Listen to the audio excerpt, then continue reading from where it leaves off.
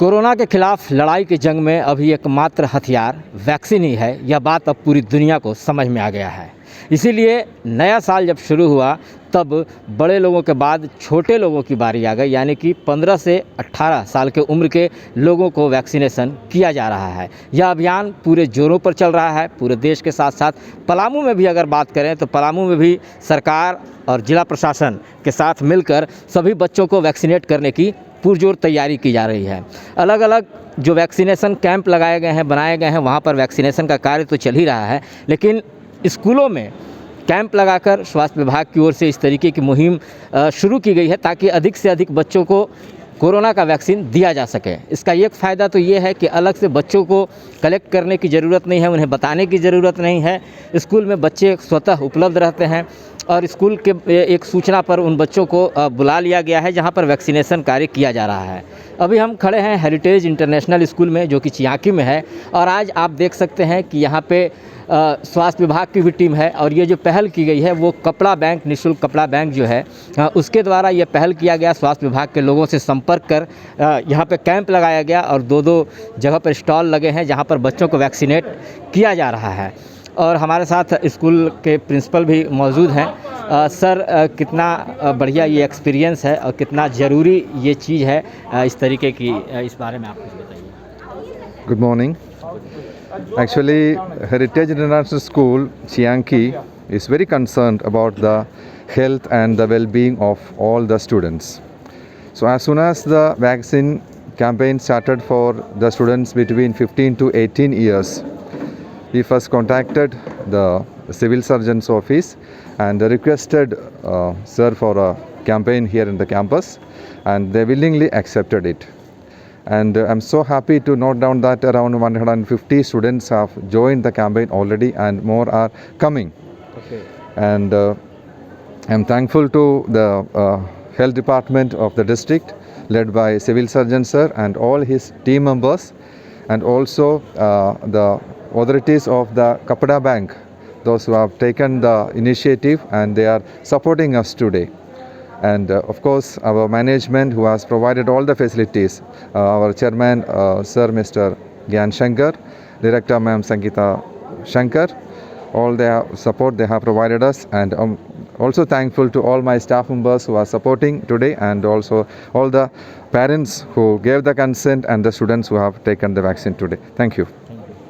तो सर, ये प्रिंसिपल साहब थे जिन्होंने बताया कि बच्चों के सेहत को लेकर स्कूल प्रबंधन जो है वो लगातार सक्रिय और सतत प्रयत्नशील रहता है ताकि उन्हें कोई दिक्कत नहीं हो। इसी वजह से यह मुहिम है जिसमें आज लगभग 150 बच्चों को ये वैक्सीन का कार्यक्रम दिया जाएगा और यह प्रक्रिया आगे भी चलेगा।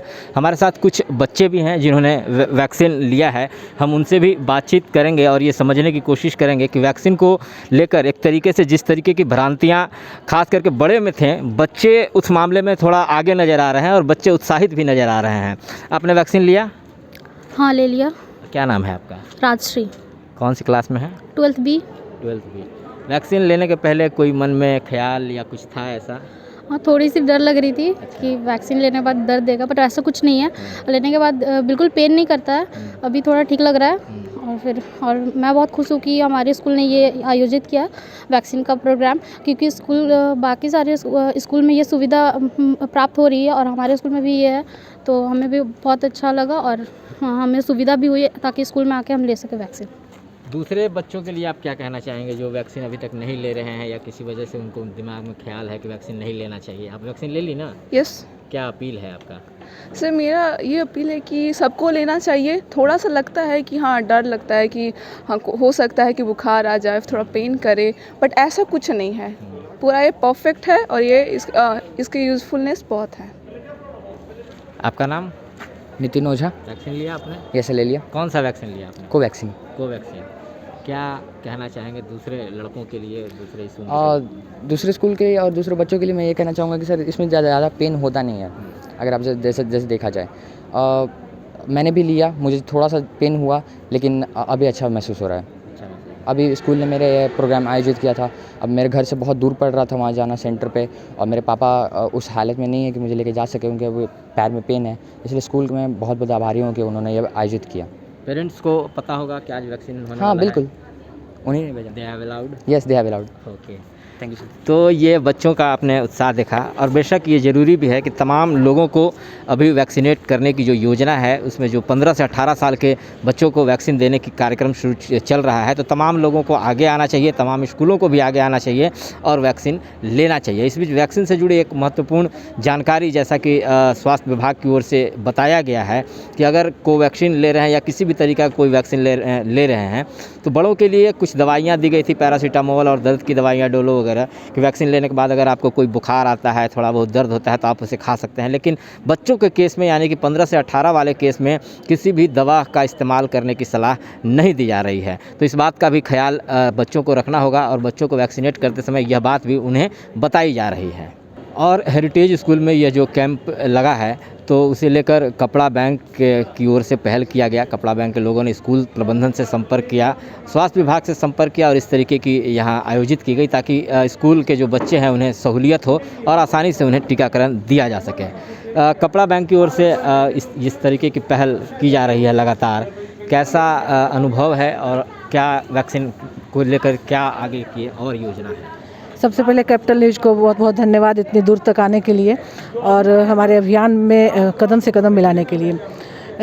कोरोना के खिलाफ जैसा कि सभी जानते हैं, जंग में वैक्सीन ही एकमात्र हथियार है। इसे लेकर कपड़ा बैंक ने पीछे भी 11 कैंप लगाए थे जिसमें बड़ों को वैक्सीन दिलाई गई थी। तो हेरिटेज परिवार हमेशा हमारे कांटेक्ट में रहता है। आपने देखा भी होगा मीडिया के जरिए कि अभी हाल में इन्होंने बहुत सारे कंबल और गर्म कपड़े हमें डोनेट किए थे। तो प्रिंसिपल सर ने हमसे कहा कि मैम हम चाहते हैं कि आप लोग के ज़रिए यहाँ पे कैंप लगे ताकि बच्चों को यहाँ काफ़ी स्पेस है, डिस्टेंस मेंटेन करते हुए, सारी गाइडलाइन का पालन करते हुए वैक्सीन आसानी से मिल सके। तो हमने इससे जुड़ी हुई बातें सिविल सर्जन को बताई और उनसे हमने अनुमति मांगी। सिविल सर्जन महोदय ने बहुत ही सहयोग किया और उनके सहयोग से आज यह कैंप आयोजित हुआ है और हम लोग वैक्सीन कैंप के साथ यहाँ पे मौजूद हैं। बच्चों में काफ़ी उत्साह देखा जा रहा है। हेरिटेज परिवार की ओर से हमें बहुत सहयोग मिल रहा है और अगर ऐसा ही सहयोग मिलता रहा और स्कूलों से भी अगर लोगों ने कहा तो हम आगे भी इस तरह के कैंप आयोजित करेंगे। और आज इस कैंप में कितने बच्चों को लगभग वैक्सीनेट किया जाना है? उम्मीद है लगभग 300 बच्चों को किया जाएगा। ऐसे 500 बच्चों का लिस्ट था हमारे पास, लेकिन कुछ बच्चों ने उधर ही ले लिया है, जो बच्चे गांव चले गए हैं, घर चले गए हैं या कहीं दूर चले गए हैं। तो जो जहां है वहीं पे वैक्सीन ले रहा है और हमारी यही गुजारिश है कि जो भी बच्चे जहां हैं, जो माता पिता जहां हैं, अपने बच्चों को वहाँ वैक्सीनेट कराएं अगर वो 15 से 18 के बीच हों। तो बिल्कुल अभी कोरोना के खिलाफ जंग में, जैसा कि सुना और पूरी दुनिया अब ये बात को समझ चुकी है कि अभी कोरोना के खिलाफ जंग में वैक्सीन ही एकमात्र हथियार है, वैक्सीन ही एकमात्र आधार है। जितना ज़्यादा से ज़्यादा लोग वैक्सीनेट हो पाएंगे, हम उतना ही अपने आप को, अपने समाज को, अपने देश को उतना ही सुरक्षित रह पाएंगे। तो जिस तरीके से स्कूलों में कैंप लगाकर बच्चों को वैक्सीनेट करने की यह जो प्रक्रिया शुरू की है, तो जिला प्रशासन और स्वास्थ्य विभाग को इस तरीके की अनिवार्यता सभी स्कूलों में की जानी चाहिए और सभी स्कूलों में कैंप लगाकर 15 से 18 वर्ष के जो बच्चे हैं, जो स्टूडेंट्स हैं, उन्हें वैक्सीन दिया जाना चाहिए। तो हम एक बड़े लक्ष्य को पूरा कर पाने में कामयाब हो सकेंगे।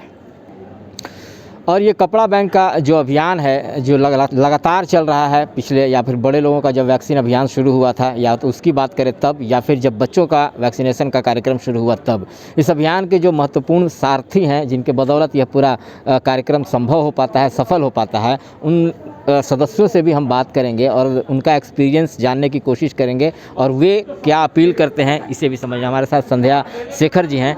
क्या एक्सपीरियंस अभी तक रहा है बच्चों वाले वैक्सीनेशन में? कितने लोगों में उत्सुकता नज़र आ रही है और आगे क्या आप कहना चाहेंगे उन बच्चों को जिन्हें वैक्सीनेट किया जाना है?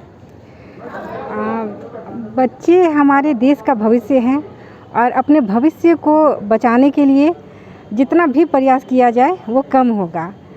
और बहुत ही हमारा धन्यवाद रहेगा इस हेरिटेज इंटरनेशनल स्कूल के प्रशासन और प्रिंसिपल का, जिन्होंने प्रयास किया कि बच्चों का जितना जल्द से जल्द हो सके वैक्सीनेशन कंप्लीट किया जाए। और उन्होंने हमसे संपर्क किया और हमने इस पे बहुत ध्यान दिया और तब जाके अभी ये कार्यक्रम सफल हो पाया है।